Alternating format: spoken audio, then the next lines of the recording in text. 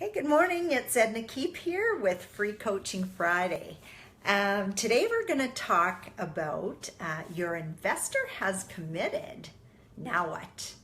And the reason this topic comes up, as do many of my topics, is students have been asking me. And a lot of times that's what feeds the topics that come up here on Friday. Sorry, my glasses are really irritating me. I fell asleep with them on one night, and I think I rolled on them, and now they're crooked. So I've ordered new ones, but in the meantime, I don't want to look like I'm retarded sitting here like this. Anyway, that's why it bugs me. Yeah, I have a little vanity. Anyway, so your investor's committed. You figured out that to get an investor, it's not sales, it's educating. And that's inspired by another conversation that I had with a student this morning. So many people are scared of sales. They think, oh, I don't want to be and I had this feeling myself. Like my background's office administration. I was not a salesperson. And I used to have this feeling of salespeople is meant to talk you into something you don't want. You know what? Not true. We're educating people about what we do. And if they're interested in what we do, the conversation continues. We don't try to beat them over the head and make them interested, because sometimes you just can't. It's, are you interested? Are you interested? Are you interested? Yep. Okay, let's talk more. That's how it works. And if you can get that through your head too, that's a good thing. So once you're talking to somebody interested, it's not how can I sell them on this deal? It's how can I educate them so that it makes sense. So let's say you've done that, you've got your investor, they're committed. What next? So the next thing you do, and I advise that whenever you're out meeting with a potential investor, bring a commitment sheet. So it basically says, and I think we've got copies on the website, but it basically says, I'm committed to this project. I'm committed to having the funds at the lawyers by such and such a date, and this is how much. That commitment sheet allows you to go ahead and move ahead with your financing, so you do need to have it. So once you have the commitment sheet, then from there, you advise your investor to make the check out to the lawyer and take the check to the lawyer. You don't collect the check. The check goes to the lawyer. By the time this happens, your offer to purchase should be at the lawyer. So they should know that money is going to be coming in. So but then as a courtesy, I usually send out an email saying, Joe Blow is sending in his check or bringing in his check probably tomorrow. It'll be for 100,000, 150,000.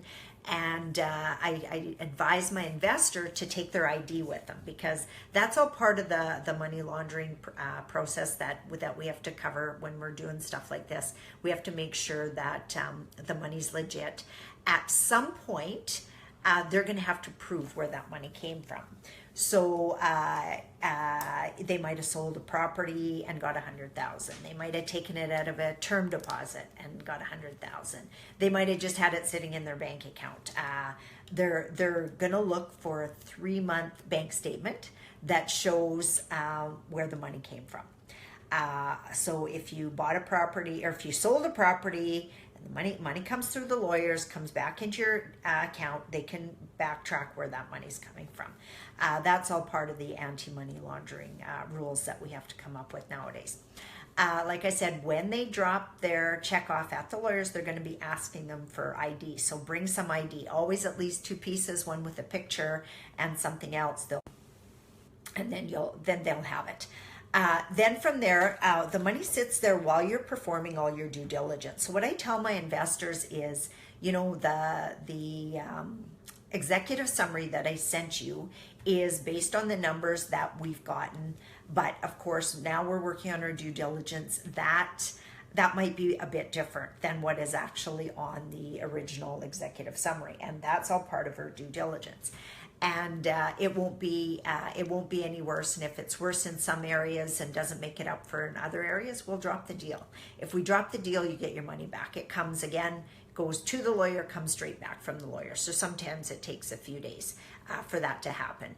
But as soon as we drop the deal, we initiate the conversation with the lawyer and say, send them money back to the investor, and they'll just go in and pick up their check. It has to be a certified check too when you send them to the lawyers. Otherwise, there's holdups. They have to give it 5 or 10 days for it to clear their bank account, and sometimes that can be a holdup for you. So those are a couple things. What's another? One of the things that you want to advise your investor is now the true work begins, and we're going to be going ahead and looking for a mortgage on the property. And part of getting the mortgage, of course, is that you're on it. You're on the mortgage. You're on the title, and so there's going to be things that the lenders request. Just think of it as the same thing as when you buy your own house.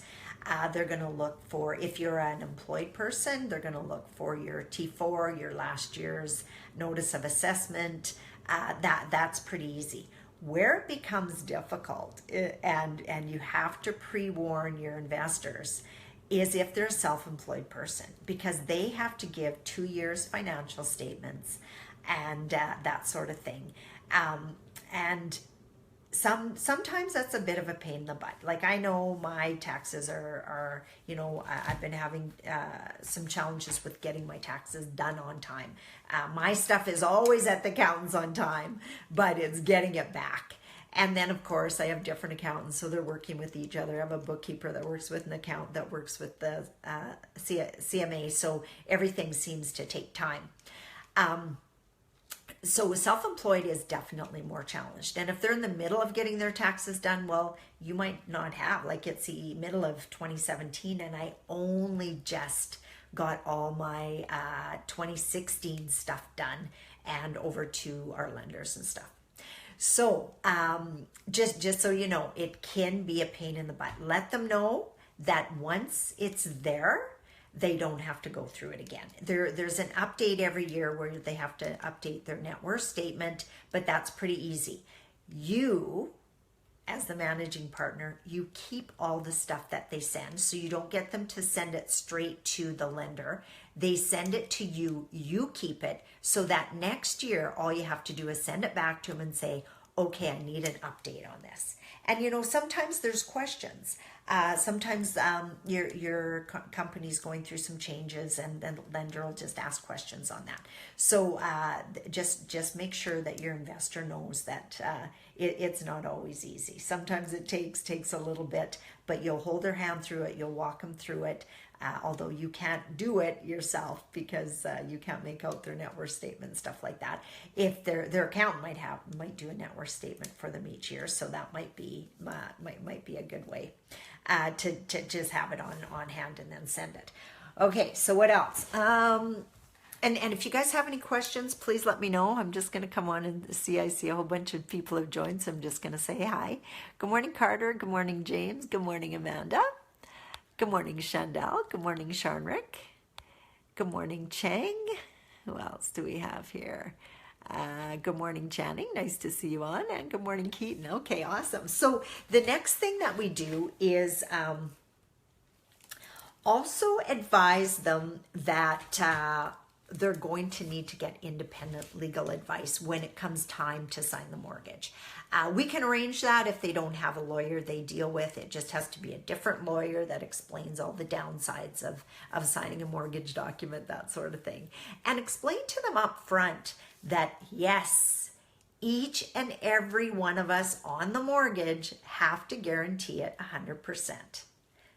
That's just the way it is. The banks want all their bases covered.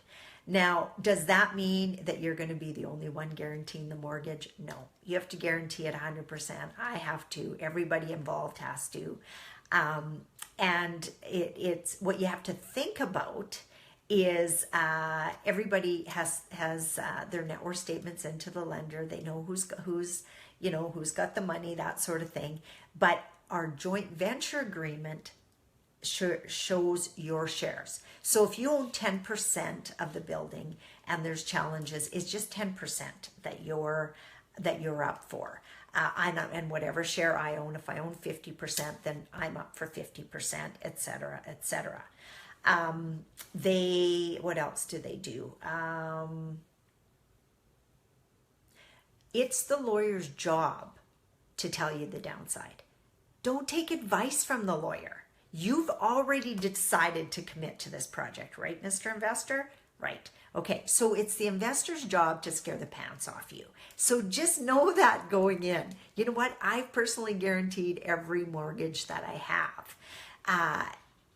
Are you going to lose all your money? Are you going to be responsible for a $4 million building? Keep in mind that that building is still worth something. So no, what would happen is if there's a really worst case scenario and it's totally mismanaged, that sort of thing, there might be, and you're supposed to be getting quarterly reports from your managing partner. So know that that's happening. Stay on top of that kind of stuff. Chase your partner down if they're not giving it to you, because that's really important to get quarterly statements so that they can see where they are. And and you as an investor have full right to ask for access to the books too.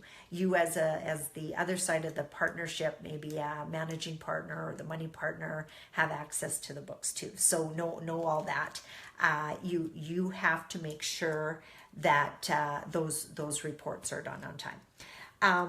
What else do I need to? Oh, and then one of the things that I do very early on too is I send them a sample copy of the joint venture agreement. So if they have a lawyer that they're already dealing with, they can take it to them and have them explain stuff. Because of course, us as the optimistic entrepreneurs that we are, we always think everything's going to work out 100%. And the lawyers have to show you the times when it doesn't and what your worst case scenario could be. So just know that. It's a protection factor. It's a good thing to go through because we don't always think of everything. That's why we have lawyers on our power team. Lawyers and accountants they're programmed to look for what could go wrong. We want people like that on our team. Does that mean we're going to take advice from them, our optimistic entrepreneurs? Not necessarily, but we have to be aware of stuff. So they're very good at protecting you that way. You might have to spend a few extra dollars to get your joint venture agreement so it's easier to understand, or maybe your partner will ask for something to be clarified. Nothing wrong with that. Just don't change the whole meaning of the contract. Because I have heard where lawyers have tried to do that, where it's 100% protecting the one client, not protecting anybody else. So don't change the meaning of it. But if they want to clarify something, then that's okay.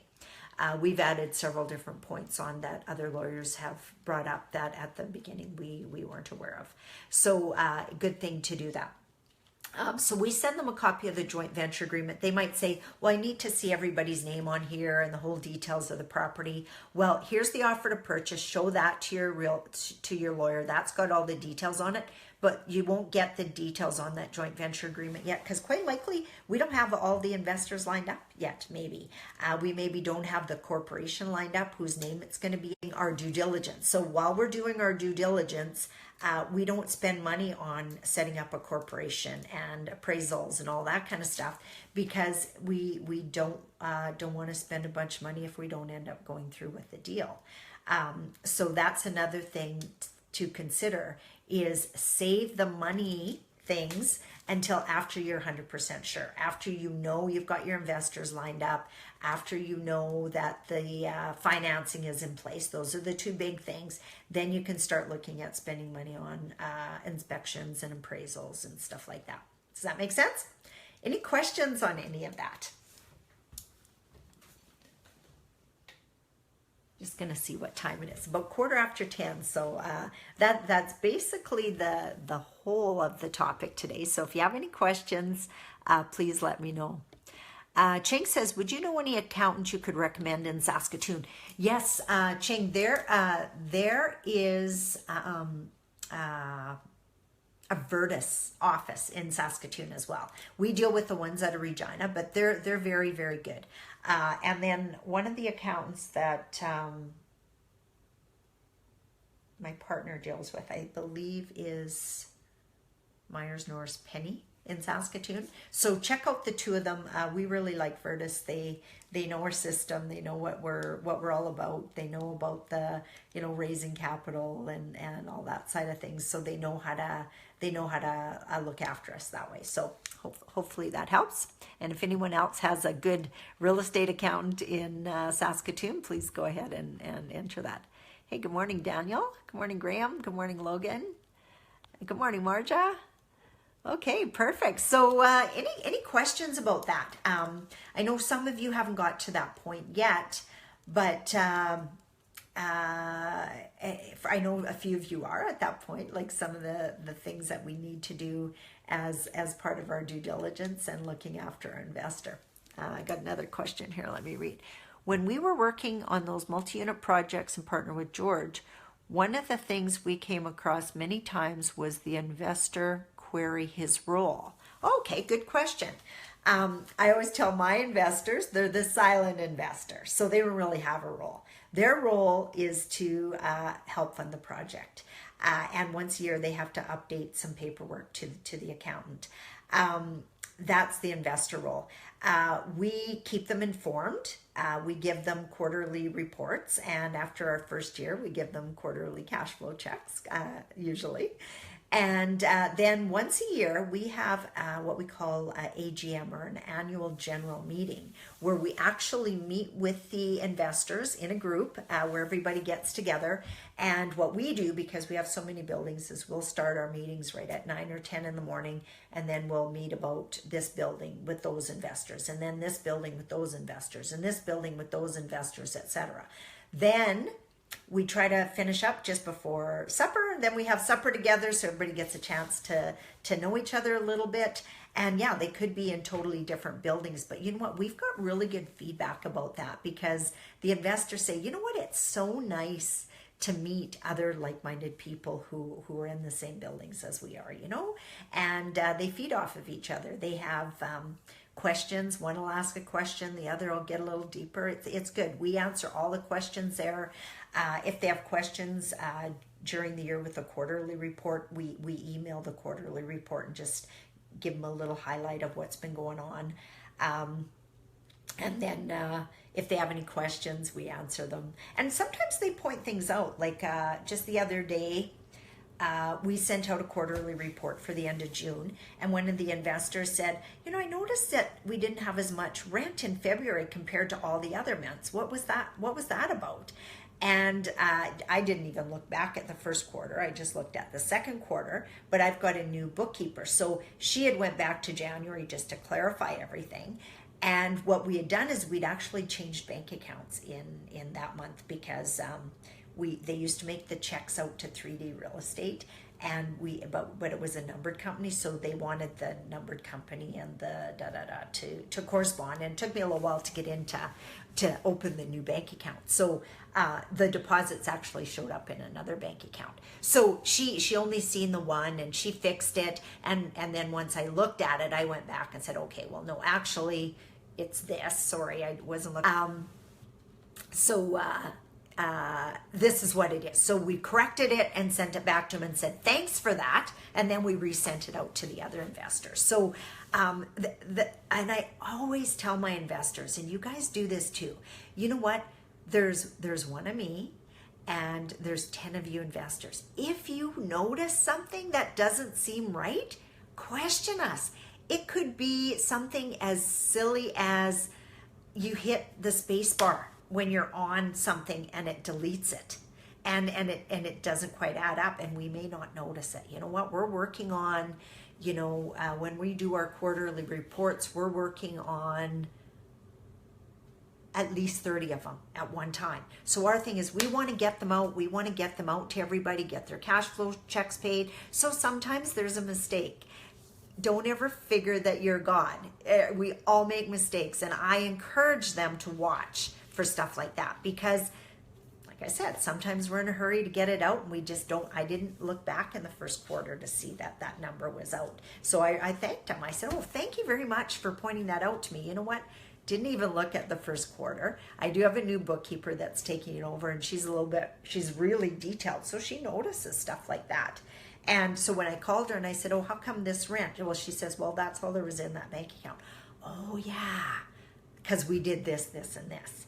And at the time, I was still partially looking after stuff, so she wasn't involved in that. So there, thank them whenever they point out something. We have investors that, we with our single family homes, they'll drive by once in a while, I don't know, out for a drive or something, and they'll notice that the lawn needs cut, or that the weeds are out of control, or that there's a broken window.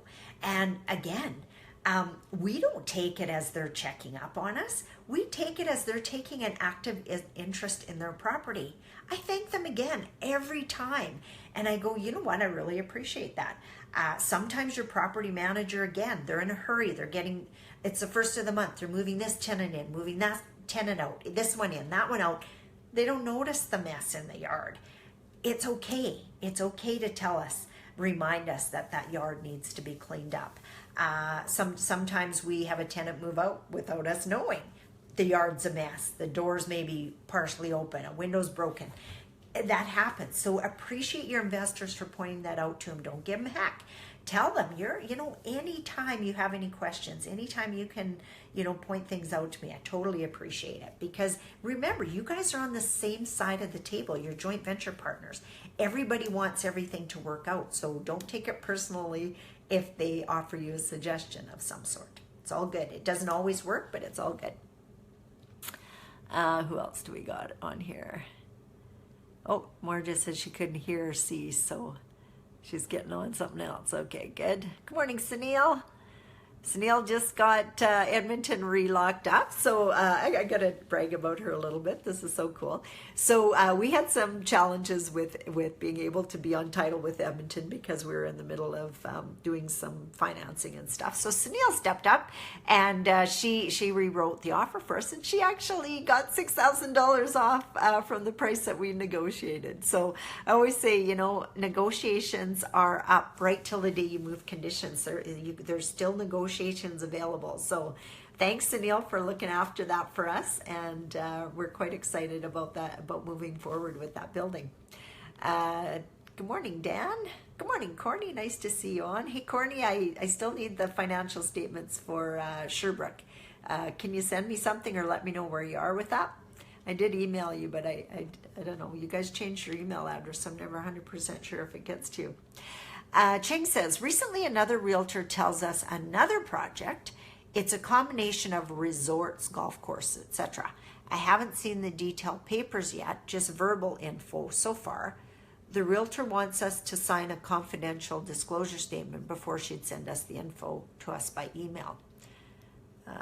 Okay, now it kind of looks like your sentence might be cut off there, Cheng, but I think I know what you're asking. Should we sign the confidentiality agreement? Yes, because, sometimes people don't want the general public and especially their tenants to know that they're looking at selling the building. So you have to sign a confidentiality agreement, and that's fine. Now, Can you get that property under contract and share your executive summary? Yes, but wait till it's under contract. What they don't want you doing is going around blabbing to everybody about this deal. They don't want you to say, this particular address is up for sale. They don't want to be seeing that on social media. Oh, sorry. They don't want to be seeing that on, just give me 1 second.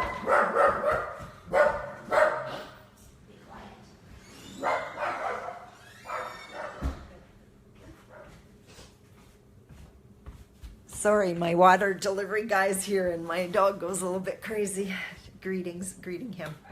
Hey, good morning, Harry. How are you? Oh, you're working on it. Okay, perfect. Thanks a lot, Corny. One more second.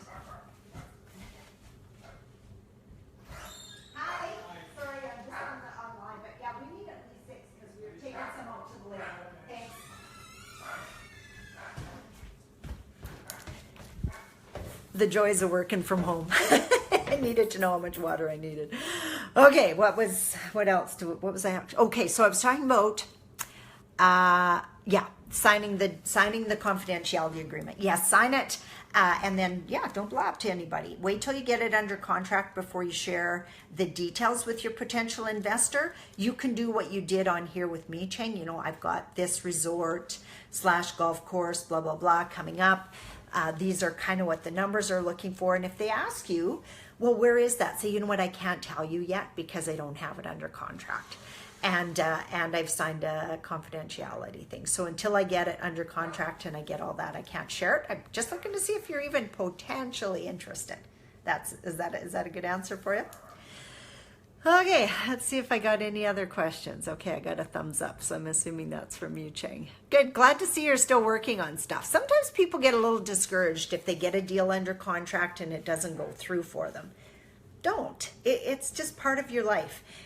Think of it all as a learning experience. You know, every time you go through stuff like that, you're that much smarter. You know that much more, and you're that much closer to getting one under contract that you keep and get your investors for. So just know that we don't close on every deal that we make an offer on. We don't close on every deal that we look at.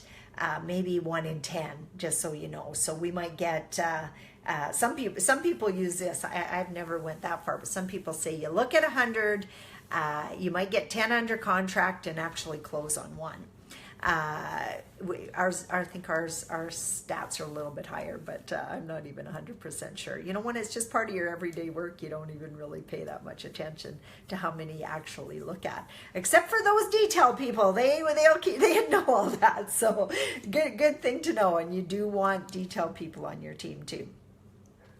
Is there any other questions? I think we're coming up close to 10:30. I do have another call coming up, and we're hoping that this afternoon that we get out to the lake. We have to go pick our daughter up from Kettleston Bible Camp, so we're excited to see her after being gone for just about a whole week. And then my oldest daughter is going to Craven tonight, first time. So I've told her I will pick her up after, because our cottage is right out there. So we'll pick her and her friends up right after, and then off to a wedding tomorrow. But first tomorrow, and this is kind of exciting, we are having a half-day Zoom mastermind by Zoom.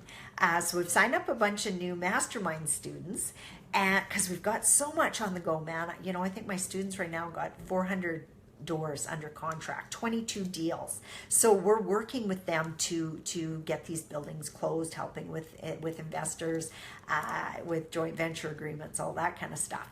So we are having a half-day Zoom mastermind just to get everybody on the same page and working together. So we're really excited about that. So I think that I will do that from my table at the cottage, because I imagine the girls will still be sleeping, and it does start at 8 o'clock. And my phone keeps ringing. I don't know who's phoning me, but I don't have another appointment. I booked one at night, 10:30, so I guess I better go. Okay, so Corny says, we worked on a deal for over a year and never closed. Yeah, and we learned so much. You know what? Absolutely. That's what happens sometimes. You know, it's never a bad thing. We learn, and sometimes we pay money to learn, don't we, Corny? I think we paid 10 grand out on that one. We never got back. But it happens. You know, it happens. We got a shopping mall under contract one time, and we paid $12,000 to set up a limited partnership, and we couldn't end up getting financing on it. So I mean, I just call that education expense. I had one of my clients, very wealthy client, actually says to me, oh, that would have just killed me to spend $12,000 not get anything out of it. I said, you know what, we got a lot out of it because we learned a lot. To this day, we haven't got them all yet, but now I know 100% how to set up a limited partnership. So, okay, so what else we got? Good point. Chang says, I thought of what you mentioned the other day. Why is this happening for me? It works. It absolutely works. I had that conversation with Harry this morning. Don't ask, why is this happening to me? It's, why is this happening for me? Somewhere in the future, that 12 grand that you paid on setting up that thing that didn't work will come in handy when you set up something that does work. So just makes sense. Chandel, we start at 8 a.m. our time tomorrow, so I'm not sure what time that is for you, but yeah, we really need you there. We need some marketing expertise, so I look forward to having you on. And yeah, Margie, you should be able to do Zoom on your phone, so that's no worries. Good morning, Lane, and good morning, Ryan. Okay, well, you know what? I do have to sign off. I do have a call on Free Coaching Monday, and then, or not Free Coaching Monday, Mindset Monday, and then next Friday too. So we'll talk to you all soon. Bye for now. Harry says, yeah, we can sleep 2 hours longer than you can, Chandel. That's funny. Okay, thanks a lot, everyone. Bye for now.